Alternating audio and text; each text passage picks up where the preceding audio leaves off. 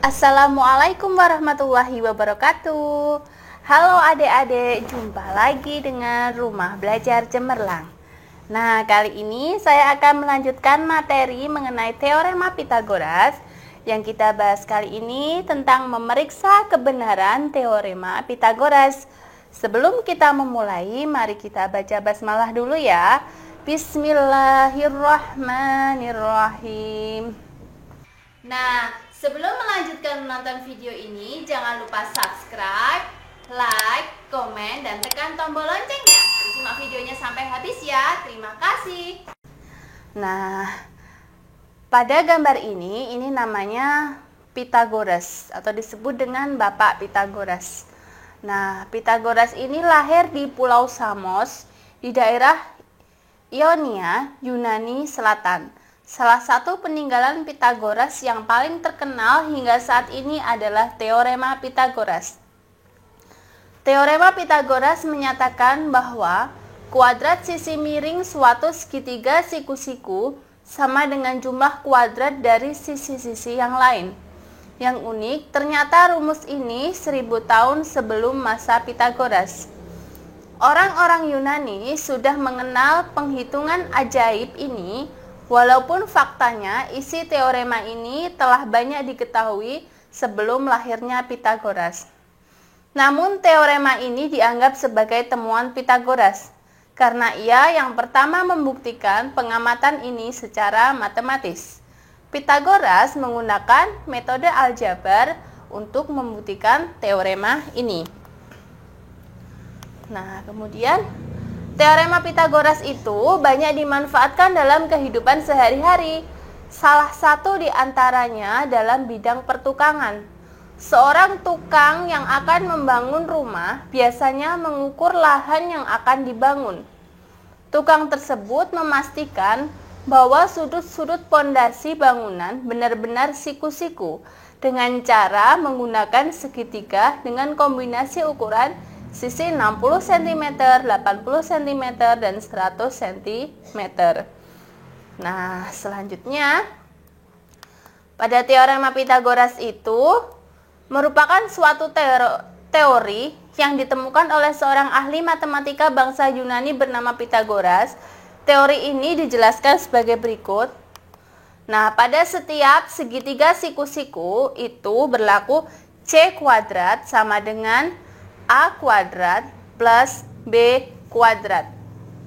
Nah, seperti ini, di mana A itu merupakan panjang sisi tegak, B itu panjang sisi datar atau alas, dan C itu panjang hipotenusa atau sisi miring.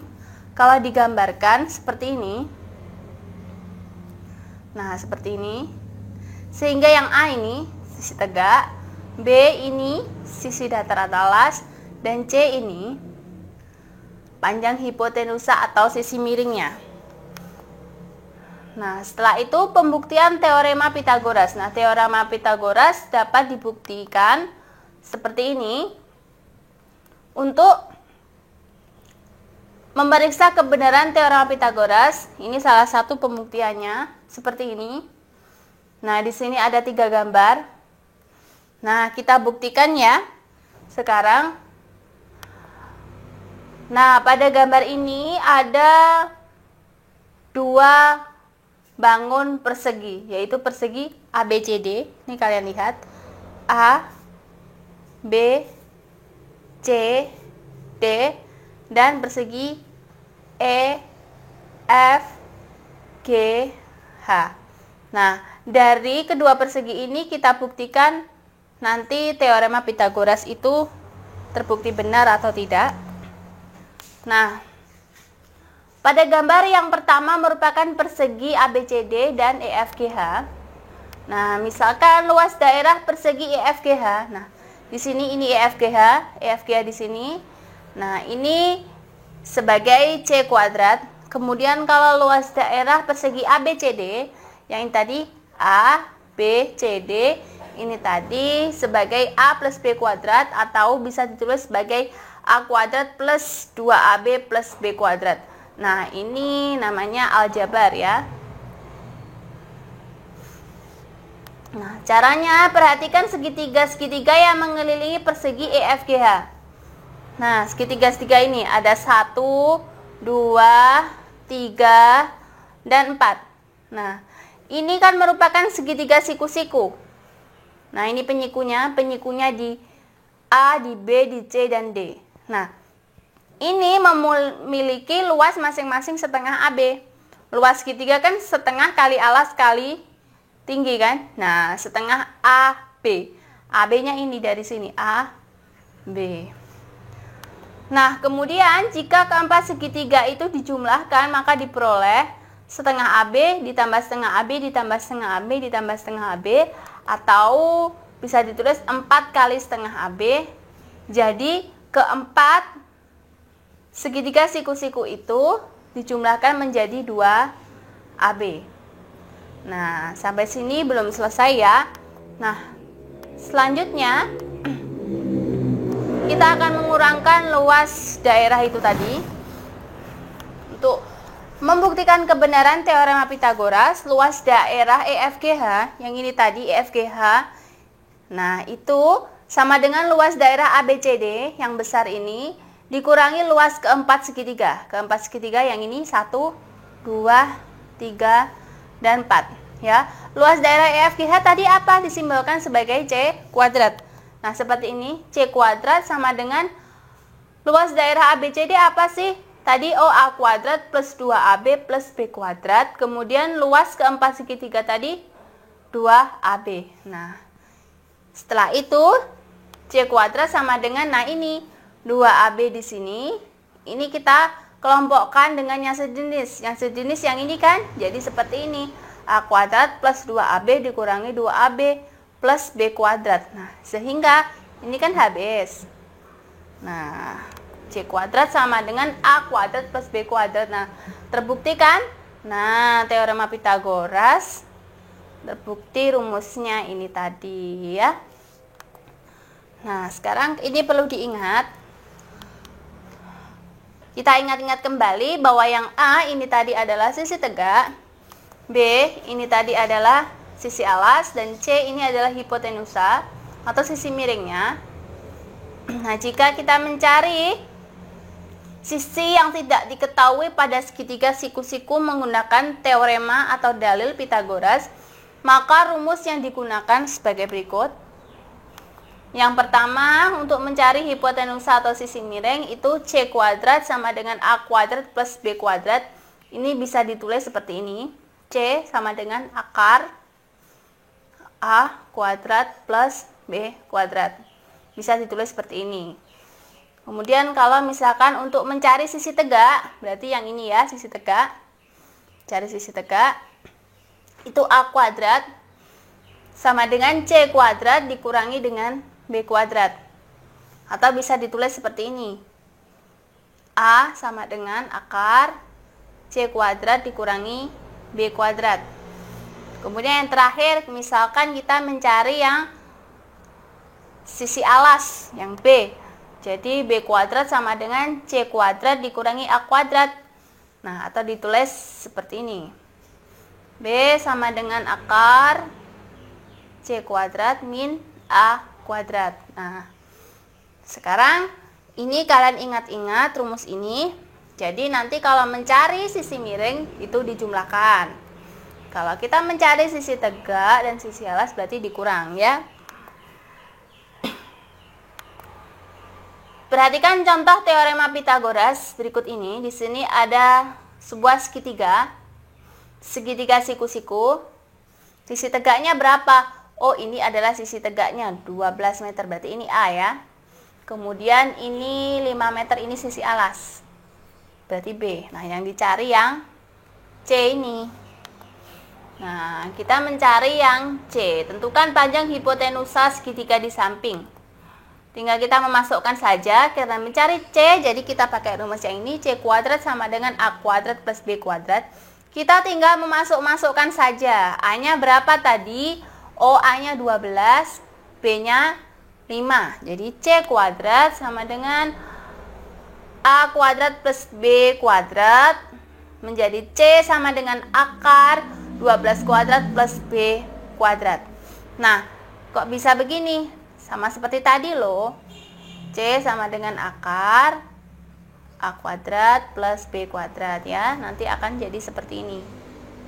Nah, A-nya 12, B-nya 5. Jadi C sama dengan akar 12 kuadrat plus B kuadrat. Kemudian kita akarkan, ini 12 kuadrat, kita kuadratkan jadi 144 ditambah 25. Jadi C sama dengan akar 169. Berapa sih akar 169? Akar 169 tuh 13. Nah, dari sini dapat diketahui bahwa panjang hipotenusa segitiga di samping adalah 13 cm. Nah, seperti ini. Kita lanjutkan soal berikutnya. Nah, di sini ada segitiga. Nah, di sini kita mencari panjang A. A ya, di sini yang diketahui adalah B, yaitu sisi alasnya ya. Terus kemudian alas. Sisi alas, kemudian ini sisi miring atau hipotenusanya, berarti ini yang C. Jadi kita mencari A-nya. Tentukan panjang A segitiga di samping. Nah, kita pakai ini A kuadrat sama dengan C kuadrat min B kuadrat. Bisa ditulis menjadi A sama dengan akar C kuadrat min B kuadrat. Tinggal kita memasukkan saja. A sama dengan C-nya berapa? Oh, 2,9. B-nya berapa? Oh, 2,1. Tinggal kita kuadratkan saja. 2,9 kuadrat ditambah 2,1 kuadrat. 2,9 berapa sih? Oh, 8,41. 2,1 kuadrat, oh 4,41. Tinggal kita, maaf ini dikurangkan ya. Ini dikurangkan. Salah tanda. Nah, ini dikurangkan. Jadi 8,41 dikurangi 4,1 itu akar 4. Nah, berapa akar 4? Oh, akar 4 itu 2. Nah, dari sini dapat diketahui bahwa panjang A itu adalah 2 cm. Jadi ini 2 cm ya. Nah, seperti ini.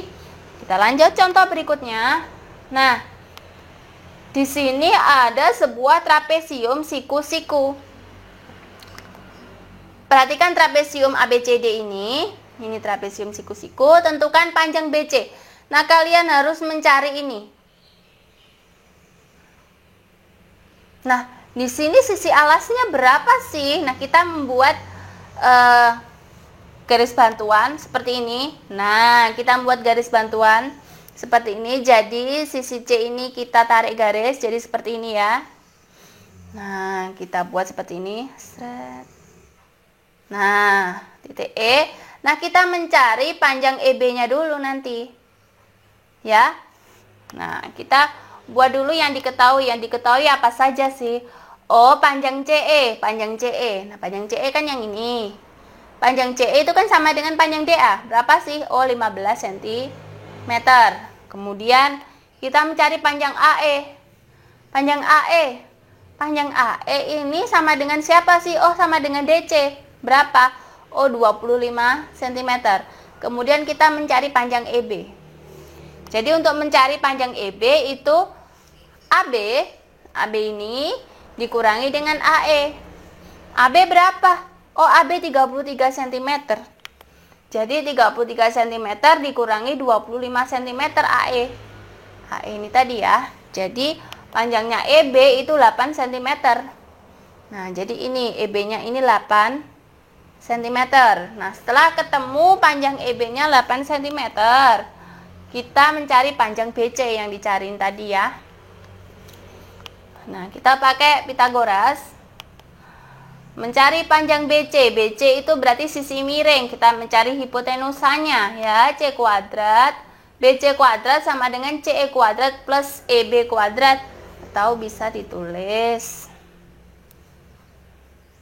seperti ini ya. C kuadrat sama dengan A kuadrat plus B kuadrat. Nah, CE ini sebagai A. Kemudian EB ini sebagai B, CB ini sebagai C ya. Tinggal kita masukkan saja. BC-nya kuadrat jadi C. BC-nya C ya. C sama dengan CE-nya itu A berarti tadi 15 cm, 15 kuadrat ditambah EB-nya 8 kuadrat. Jadi C sama dengan akar 225 ditambah 64. Berapa 225 tambah 64? Oh, 289. Jadi akar 289 berapa sih? Oh, 17. Nah, dari sini dapat diketahui bahwa panjang BC itu adalah 17 cm. Nah, seperti itu adik-adik. Demikian pembelajaran kali ini. Semoga bermanfaat ya. Wassalamualaikum warahmatullahi wabarakatuh.